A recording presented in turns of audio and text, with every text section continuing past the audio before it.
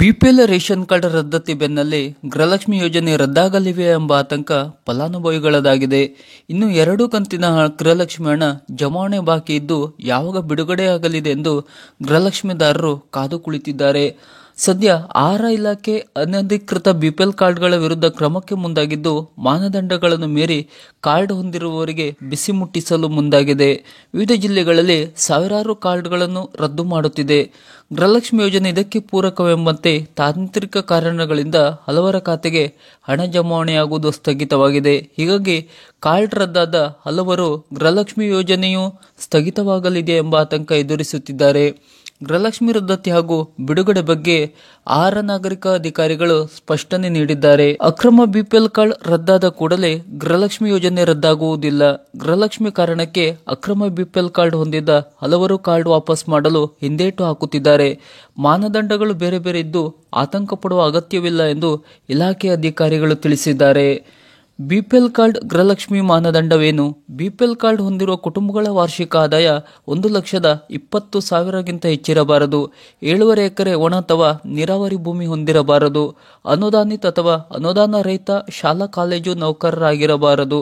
ಆದರೆ ಗೃಹಲಕ್ಷ್ಮಿ ಯೋಜನೆಗೆ ಮಾನದಂಡ ತೆರಿಗೆ ಪಾವತಿದಾರರು ಆಗಿರಬಾರದು ಎಂಬ ನಿಯಮವಿದೆ. ಎಪಿಎಲ್ ಕಾರ್ಡ್ ಇದ್ದರೆ ಸಾಕು. ಪಡಿತರ ಚೀಟಿಯಲ್ಲಿ ಮನೆ ಯಜಮಾನಿ ಎಂದು ಹೆಸರಿಸಿದ ಮಹಿಳೆಗೆ ಗೃಹಲಕ್ಷ್ಮಿ ಯೋಜನೆ ಫಲಾನುಭವಿಯಾಗಲು ಅರ್ಹತೆ ಹೊಂದಿರುತ್ತಾರೆ. ಹೀಗಾಗಿ ಮಾನದಂಡಗಳು ಬೇರೆ ಬೇರೆ ಇದ್ದು ಆತಂಕ ಪಡುವ ಅಗತ್ಯವಿಲ್ಲ ಎನ್ನುತ್ತಾರೆ ಅಧಿಕಾರಿಗಳು. ಇನ್ನು ಈವರೆಗೆ ಗೃಹಲಕ್ಷ್ಮಿ ಯೋಜನೆಗೆ 1.25 ಕೋಟಿ ಮಹಿಳೆಯರು ನೋಂದಣಿ ಮಾಡಿಕೊಂಡಿದ್ದಾರೆ. ಇದರಲ್ಲಿ 1.21 ಕೋಟಿ ಮಹಿಳೆಯರಿಗೆ ಪ್ರತಿ ತಿಂಗಳು 2,000 ರೂಪಾಯಿನಂತೆ ಪಾವತಿಯಾಗುತ್ತಿದೆ ಎಂದು ಮಹಿಳಾ ಮತ್ತು ಮಕ್ಕಳ ಅಭಿವೃದ್ಧಿ ಇಲಾಖೆ ಮಾಹಿತಿ ನೀಡಿದೆ. ಇನ್ನು ಈ ಯೋಜನೆಯಲ್ಲಿ ಈವರೆಗೆ ಒಟ್ಟು 13 ಕಂತುಗಳ ಹಣ ಬಿಡುಗಡೆಯಾಗಿದೆ. 2023 ಆಗಸ್ಟ್ನಿಂದ 2024 ಆಗಸ್ಟ್ ತಿಂಗಳವರೆಗಿನ ಹಣ ಜಮಾವಣೆಯಾಗಿದ್ದು, ಸೆಪ್ಟೆಂಬರ್ ಮತ್ತು ಅಕ್ಟೋಬರ್ ತಿಂಗಳ ಹಣ ಬಾಕಿ ಇದೆ. ಇನ್ನು ಈ ಯೋಜನೆಯಲ್ಲಿ ಮುಗಿಯದ ತಾಂತ್ರಿಕ ಸಮಸ್ಯೆಯಿಂದ ಕೆಲ ಅಡೆತಡೆಗಳು ಉಂಟಾಗುತ್ತಿದ್ದು, National Payments Corporation of India ತಾಂತ್ರಿಕ ತೊಡಕು ಕಾಣಿಸಿಕೊಳ್ಳುತ್ತಿದೆ.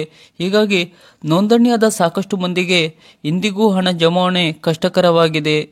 ಗೃಹಲಕ್ಷ್ಮಿ ಯೋಜನೆಗೆ ಬಿಪಿಎಲ್ ಕಾರ್ಡ್ ಮಾನದಂಡವಲ್ಲ. ರೇಷನ್ ಕಾರ್ಡ್ ಹೊಂದಿದ್ದರೆ ಸಾಕು. ಹೀಗಾಗಿ ಬಿಪಿಎಲ್ ಕಾರ್ಡ್ ರದ್ದಾದವರ ಮಾಹಿತಿಯನ್ನು ಪಡೆಯುತ್ತಿಲ್ಲ.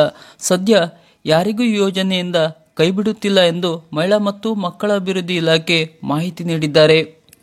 ಸರ್ಕಾರದ ಈ ತರದ ಇನ್ನಷ್ಟು ಮಾಹಿತಿಗಳಿಗಾಗಿ ನಮ್ಮ ಚಾನಲ್ ಅನ್ನು ಸಬ್ಸ್ಕ್ರೈಬ್ ಮಾಡಿ ನಮ್ಮನ್ನು ಬೆಂಬಲಿಸಿ. ನಮಸ್ಕಾರ.